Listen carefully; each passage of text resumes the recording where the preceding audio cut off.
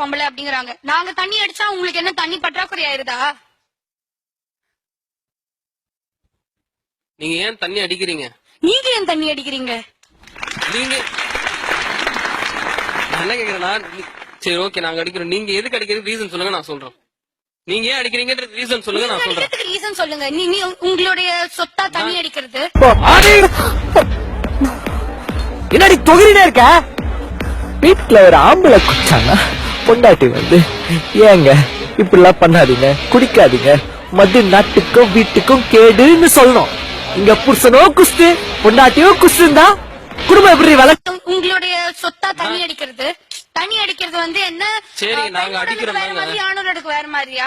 எனக்கும் மப்பி ஏறும் உனக்கும் மப்பி ஏறும் தானே? ஆமா சரி. நாங்க என்ன ஏன் குமார் இவ்வளவு பெரிய வீட்டு பொண்ணும் கூடவா குடிக்கும்? குடிச்சுக்குதே இவளுங்களே இடம் குத்துருவாளுங்க. அப்புறம் அவனுங்களும் குச்சிக்கிறானுங்க பாவம், வெறியேறிச்சு விளாண்டானுங்க.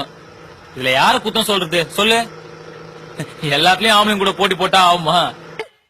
கிளப்ல மப்பில பாட்டு பாடினதுல எனக்கு ரொம்ப ஹர்ட் ஆயிருச்சு.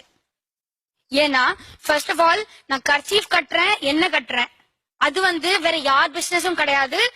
இன்ஃபேக்ட் நான் ஒரு பொண்ணா இருந்துகிட்டு if I take my own decisions it's none of your business. அது ஏங்க உங்களை பார்த்து பண்ணணும்னு நீங்க நினைச்சீங்க? உங்க இல்லாம அந்த பக்கம் போறவங்களை பார்த்து பண்ணணும்னு நினைச்சீங்க. அப்ப நீங்களும் போறீங்களாங்க? It's very simple. நான் போனா அது உங்களுக்கு என்ன பிரச்சனை?